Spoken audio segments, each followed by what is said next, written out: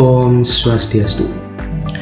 Halo siswa-siswa hebat, apa kabar hari ini? Semoga kalian selalu sehat dan semangat belajar ya. Nah, pada video kali ini kita akan mempelajari salah satu materi penting dalam statistika, yaitu penyajian data dalam bentuk tabel.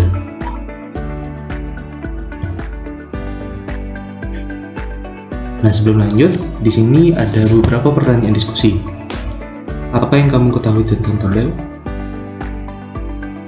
Dan mengapa data perlu disajikan dalam bentuk tabel?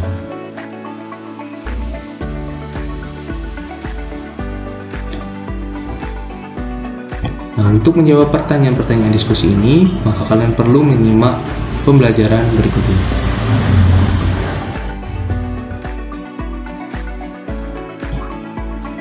Coba kalian perhatikan situasi yang ada di layar. Nah, di sebuah kelas, guru ingin mengetahui jumlah siswa yang memiliki hobi berbeda-beda, seperti membaca, olahraga, dan menggambar. Nah, jika data tersebut hanya ditulis acak, tentu akan sulit dipahami, bukan? Nah, supaya data menjadi rapi, mudah dibaca, dan mudah dianalisis, maka data perlu disajikan dalam bentuk tabel. Sebenarnya, apa itu tabel? Tabel adalah penyajian data dalam bentuk baris dan kolom yang sistematis, sehingga lebih mudah dipahami dan dianalisis.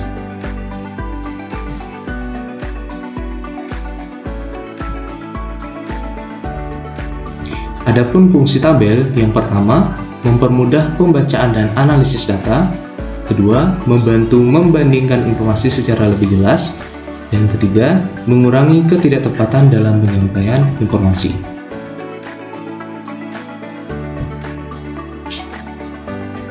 Terdapat 3 jenis tabel.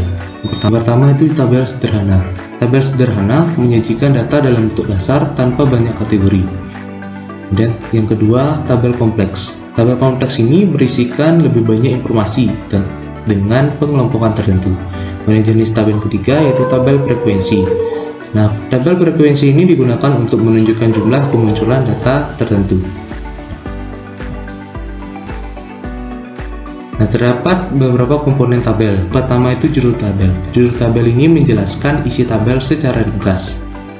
Komponen yang kedua yaitu kolom. Nah, kolom ini terletak pada bagian vertikal yang mengelompokkan jenis data. Nah, komponen yang ketiga yaitu komponen baris. Nah, komponen baris itu adalah bagian horizontal yang menunjukkan entry data. Nah, kemudian komponen yang terakhir yaitu sumber data.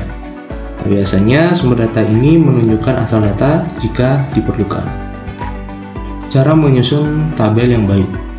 Langkah pertama, tentukan tujuan penyajian data. Lalu, gunakan judul yang jelas dan informatif. Selanjutnya, kelompokkan data secara sistematis.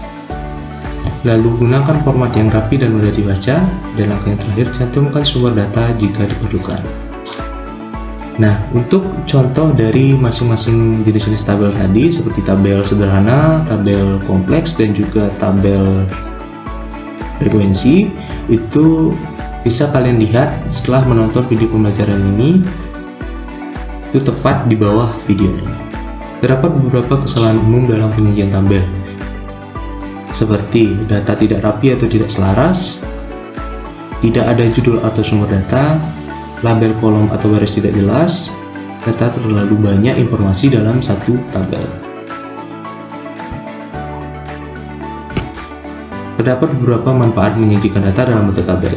Pertama, mudah dipahami dan dianalisis. Kedua, menghemat ruang dibandingkan penyajian dalam bentuk narasi. Dan ketiga, memudahkan dalam membuat perbandingan data. Kesimpulan, tabel dapat mempermudah penyajian dan pemahaman data. Perlu penyusunan yang jelas dan sistematis agar mudah dibaca. Menggunakanlah tabel sesuai kebutuhan dan jenis data yang disajikan.